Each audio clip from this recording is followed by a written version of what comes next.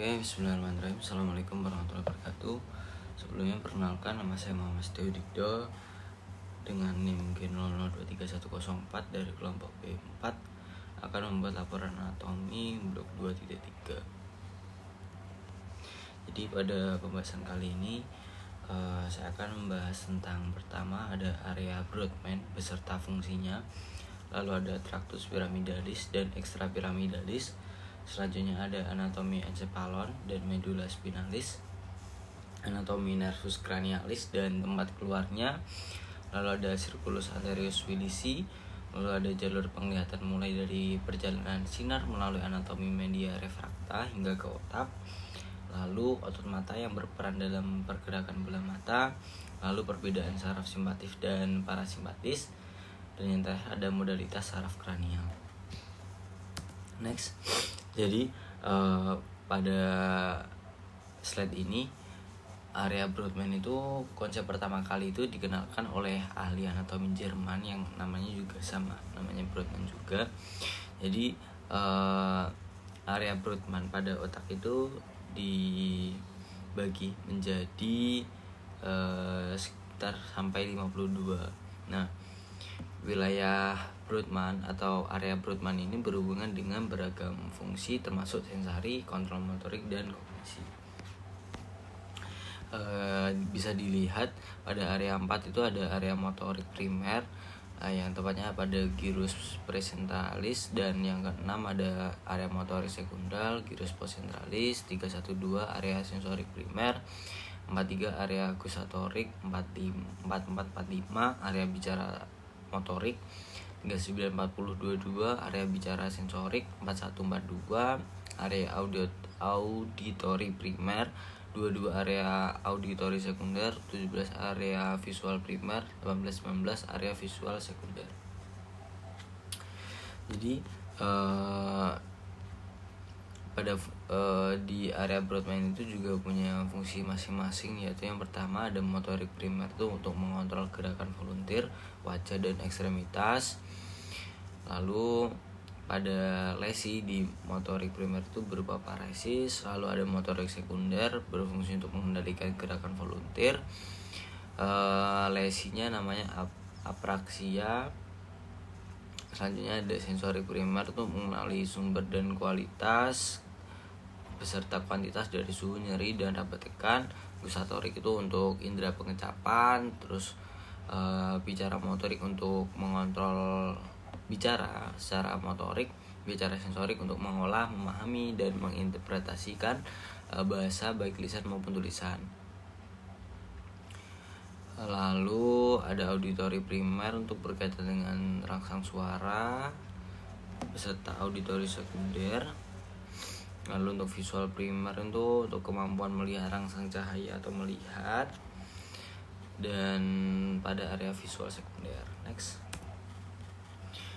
selanjutnya ini adalah tractus piramidalis dan ekstrapiramidalis, yaitu merupakan jaras dari area motorik primer dan sekunder area Brodmann 4 dan 6 yang berjalan menuju ke medula spinalis dan berakhir di cornu anterior medula spinalis atau di efferent.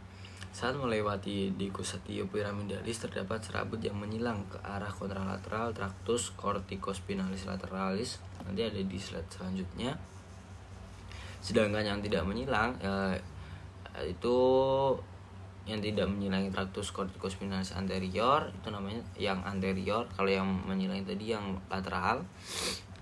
Lalu yang kanan itu yang ekstrapiramidalis, itu berfungsi untuk mengenali aktivitas motorik yang dicetuskan oleh korteks motorik cerebri, dan tractus piramidalis yang berfungsi untuk menunjang fungsi tractus piramidalis. Nah, di tractus ekstrapiramidalis itu terdiri dari beberapa, yaitu yang pertama tractus vestibulus spinalis sebagai keseimbangan dan tonus otot, tractus reticospinalis ventrolateral berasal dari pons, lalu ada tractus reticulus spinalis lateral berasal dari medula spinalis, lalu ada tractus tectospinalis berasal dari encephalon menuju ke medula spinalis. Nah, pada neonatus sistem ekstrapiramidalis itu belum berkembang secara sempurna. Salah satunya otot tangan bayi bisa berkontraksi, namun bayi belum bisa menggenggam benda dengan baik. Next. Nah, ini untuk perjalanannya. Jadi traktus piramidalis yang sentral itu yang menyilang dari cortex cerebri gyrus presentalis menuju kapsula interna dan pendiculum cerebralis menuju ke piramid. Kemudian pada decussatio piramidalis atau yang pada persilangan itu, gambar nomor 3 dari bawah itu,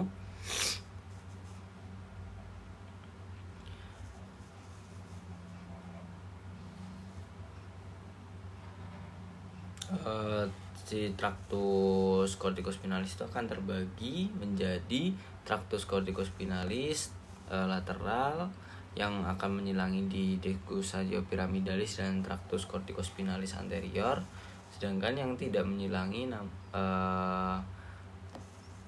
akan menyilangi di commissura anterior medullospinalis setinggi segmen yang bersangkutan.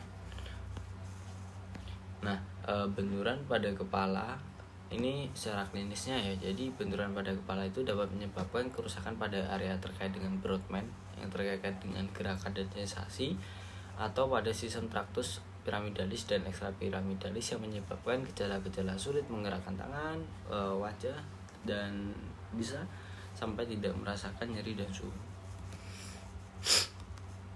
Next, kita bahas anatomi dari encephalon dan medulla spinalis. Jadi pada embriologi, si prosencephalon itu akan dibagi menjadi telencephalon, diencephalon, lalu yang mesencephalon atau midbrain akan menjadi mesencephalon, lalu rhomboencephalon akan menjadi metencephalon dan diencephalon. Nah, untuk telencephalon tadi akan berubah menjadi cerebrum pada dewasanya, sedangkan yang diencephalon akan menjadi talamus, hipotalamus, dan epitalamus, sedangkan yang mesencephalon akan menjadi midbrain, lalu yang metencephalon akan jadi pons dan cerebrum, sedangkan yang mencephalon akan menjadi medulla oblongata. Next. Jadi ini bentukan dari anatomi otak. Yang kiri itu dilihat dari bawah, sedangkan yang kanan itu dilihat dari medial ya, ke samping, sepotongan sakitan ya. Bisa dilihat di situ ada talamus, bawahnya ada hipotalamus, lalu ada midbrain, pons, medulla oblongata, cerebrum, dan yang ke bawah nanti ada spinal cord. Next, jadi di otak itu akan dibagi menjadi beberapa lobus, yaitu yang pertama lobus frontalis yang depan, parietalis yang atas, temporalis yang samping, yang occipital yang belakang, lalu ada limbus dan insula. Limbus dan insula itu ada di dalam ya. Jadi kan udah dibagi menjadi lobus ya. Nah, di antara lobus-lobus itu ada yang namanya sulcus.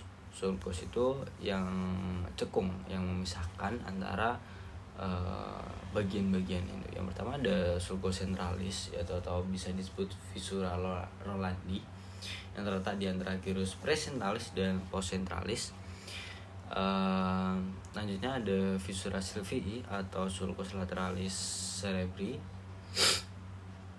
Itu akan memisahkan lobus temporalis dari lobus frontalis dan parietalis. Misalnya ada sulcus parieto-occipitalis memisahkan lobus parietal dan occipital. Lalu ada sulcus calcarina yang berada di dalam facies medial hemispherium cerebri, berawal dari bawah ujung posterior corpus callosum hingga polus occipital. Di sini juga terdapat banyak korteks visual primer. Selanjutnya tadi kan sudah ada sulcus ya. Kalau yang penonjolan itu namanya gyrus. Untuk namanya gyrus itu biasanya menyesuaikan dengan letaknya dan berdekatan dengan sulcus apa. Oke, kita next. Nah, ini kita akan bahas masuk ke medulla spinalis. Jadi di medulla spinalis itu terdapat pembesaran. Nah, itu ada dua. Yang pertama, intum mensentia cervical yang terdapat di C3 sampai T2. Pembesaran yang paling maksimal itu ada di C6, dan intum mesentalia lumbal yang ada di T10 sampai L2, yang pembesaran maksimal itu ada di T12. Lalu ada konus medularis. Nah, itu yang bisa dilihat di gambar, ada lingkaran, ada yang ditandain, itu adalah ujung inferior dari medulus spinalis yang membentuk kerucut, sedangkan yang bawahnya itu ada cauda equina, yaitu struktur buntut pada radius lumbalis dan sacralis. Selanjutnya di medulus spinalis itu terdapat dua struktur ya. Jadi ada struktur eksterna dan interna. Kita bahas yang eksterna dulu. Di struktur eksternal terdapat visura mediana anterior, sulcus mediana posterior, sulcus anterolateraalis, tempat keluarnya radix anterior atau radix efferent atau radix motorik. Lalu ada sulcus posterolateraalis, tempat keluarnya radix posterior, atau radix afferent atau radix sensoris. Selanjutnya pada struktur interna medula spinalis terdapat substansia alba yang warnanya putih karena isinya adalah serabut saraf yang terselubung myelin. Lalu ada di substansia alba itu terbagi menjadi 3 bagian ya, funiculus anterior, lateral, dan posterior. Selanjutnya ada namanya substansia grisea, yaitu warnanya abu-abu karena didominasi oleh badan sel saraf. Di tengahnya terdapat canalis centralis yang nantinya akan terisi LCS atau liquor cerebrospinalis hingga ke ventriculus terminal. Oke, kita lanjut. Selanjutnya kita akan membahas nervus cranialis dan tempat keluarnya. Jadi nervus cranial itu ada 12: olfactory opticus, oculomotorius, trochlearis trigeminus, abducens facialis, vestibulocochlearis, glossopharyngeus, vagus, accessorius, hypoglossus. Jadi untuk tempat keluarnya bisa dilihat di PPT. Pada nervus 1 atau olfactorius, tempat keluarnya jadi bulbus olfactorius, tepatnya di derivat telencephalon. Sedangkan di N2 ada di chiasma opticum, tempat penyilangan tadi. Tempat penyilangan di bagian visual, nanti akan di slide belakang. Oh ya, jadi secara garis besar itu akan dibagi menjadi 1, 2, 3, 4. Ada tiga bagian tempat keluarnya. Yang pertama yang warnanya abu-abu ada di keluarnya di cerebrum, yang hijau itu di mesencephalon bawahnya, yang biru di pons, dan yang di orange itu tempatnya di medula oblongata. Kita lanjut, nervus 3 tempat keluarnya di fossa interpendicularis ya. Nervus 4 keluarnya di cauda colliculus inferior. Yang nervus 5 ada di brachium pontis, nervus 6 ada di sulcus bulbopontinus, nervus 7 di angulus cerebropontinus, nervus 8 ada di angulus cerebropontinus. Lalu yang 9, 10, 11 itu sama di sulcus posterolateraalis, sedangkan yang di 12 itu sulcus anterolateraalis di depannya. Lanjut. Oke, kita akan bahas sirkulasi arteri sus Willisi. Jadi arterius Willisi itu adalah lingkaran Willisi yang berperan untuk memberikan aliran darah kontralateral antara sirkulasi anterior dan posterior otak. Selain itu juga berfungsi untuk melindungi terhadap iskemia jika terjadi penyakit pembuluh darah atau kerusakan pada satu atau lebih area. Jadi dari kita lihat gambar kanan ya, itu lebih singkatnya. Jadi dari bawah itu ada namanya arteri basilaris yang kemudian bercabang menjadi 2, yaitu yang namanya ada arteri cerebri posterior segmen 1, akan menjadi 2. Lalu ke atas ada communicans posterior, lalu akan masuk ke cerebri media, lalu ada masuknya lagi di kanannya itu ada carotis interna, lalu ada communicans anterior dan arteri cerebri anterior.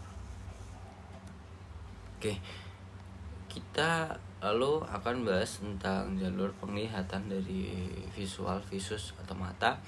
Jadi yang pertama, cahaya itu masuk ke mata melalui kornea.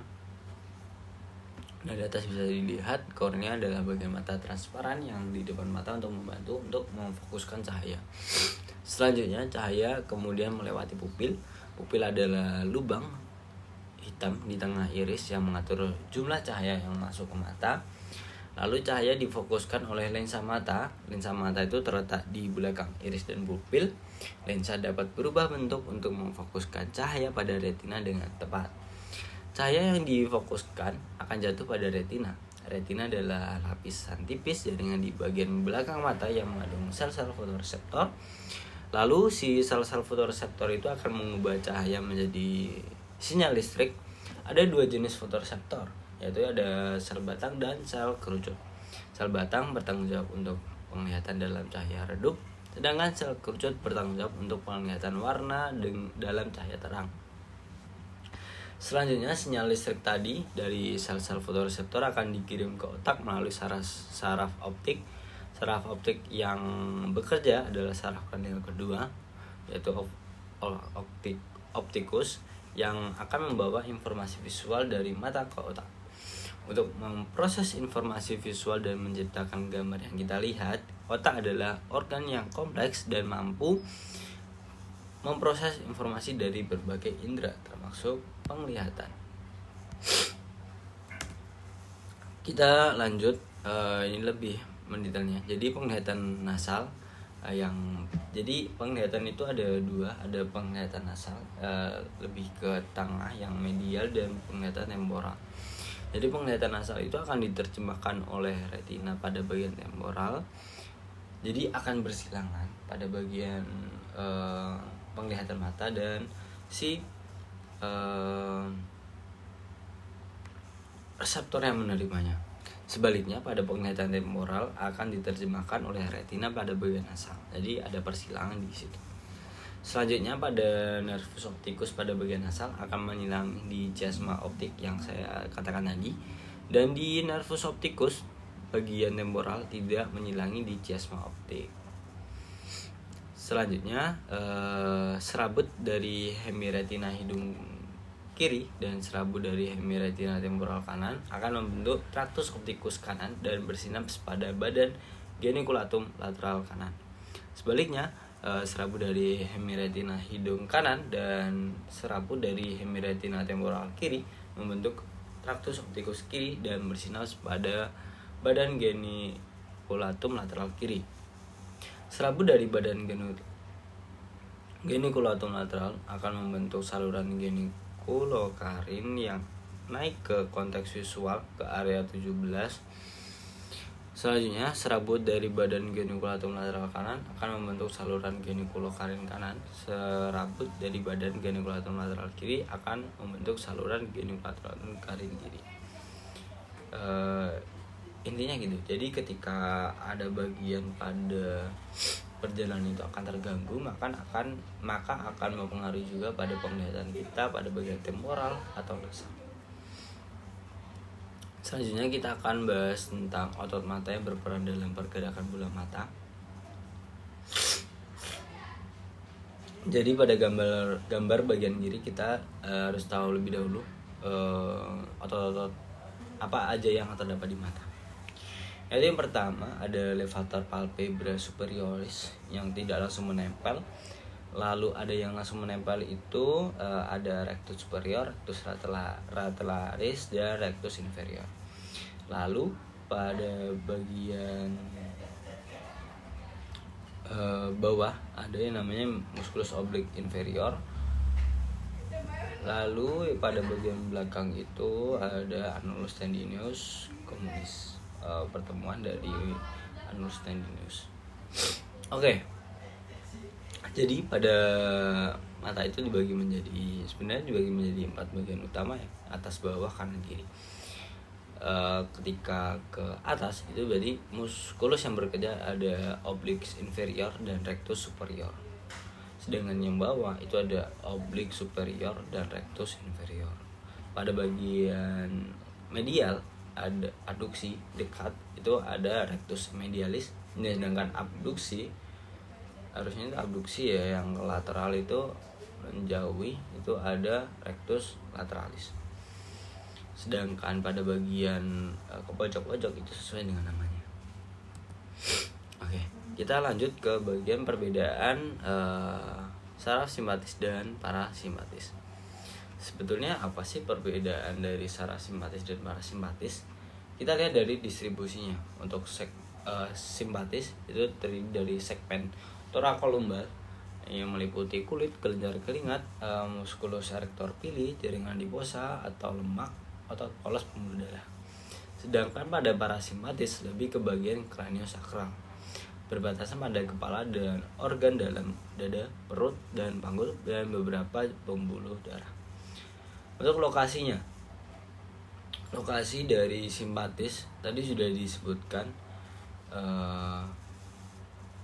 juga hampir sama kayak distribusinya. Jadi untuk simpatis thoracolumbar lebih ke toraks sampai lumbal, sedangkan parasimpatis itu dari kranial sampai ke sakral. Untuk panjang aksonnya juga berbeda. Dari simpatis, neuron preganglion memiliki akson pendek dan neuron postganglion yang panjang, sedangkan parasimpatis itu berkebalikan, neuron preganglionnya itu panjang dan postganglionnya itu yang pendek.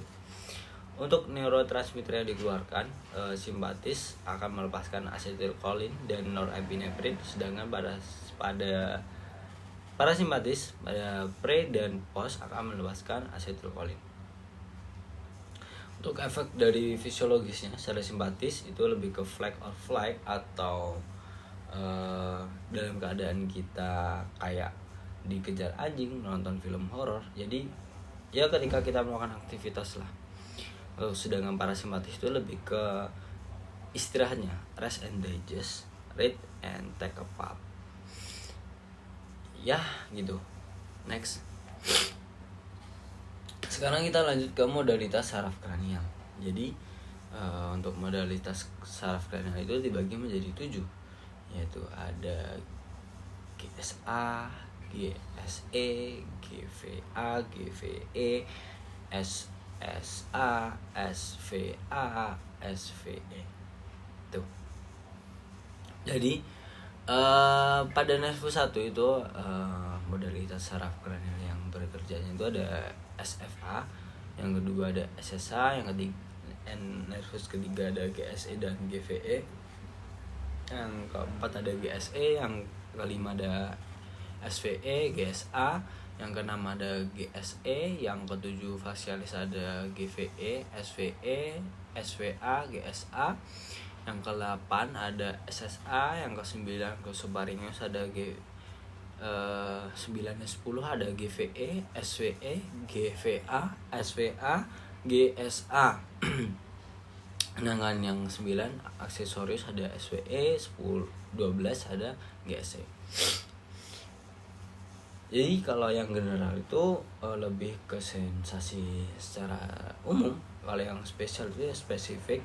Sedangkan yang somatik itu bisa digerakkan. Dengan visceral itu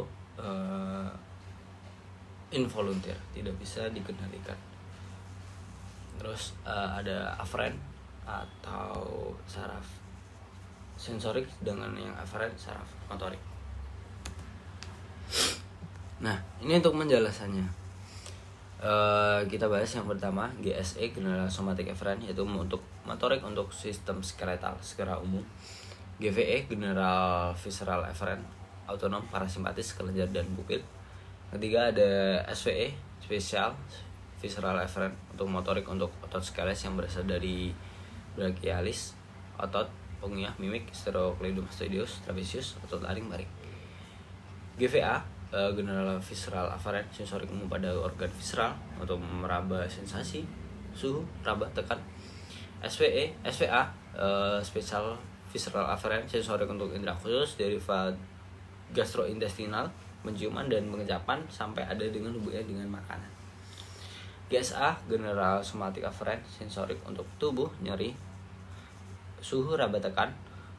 Yang terakhir ada SSA, Special Somatic Afferent, sensorik untuk indera khusus dari tubuh, soma, visual, keseimbangan pendengaran, hingga tidak ada hubungannya dengan makanan. Oke, terima kasih. Mungkin itu dari presentasi yang bisa saya sampaikan. Mohon maaf apabila ada kurang lebihnya. Sekian dari saya, terima kasih. Wassalamualaikum warahmatullahi wabarakatuh.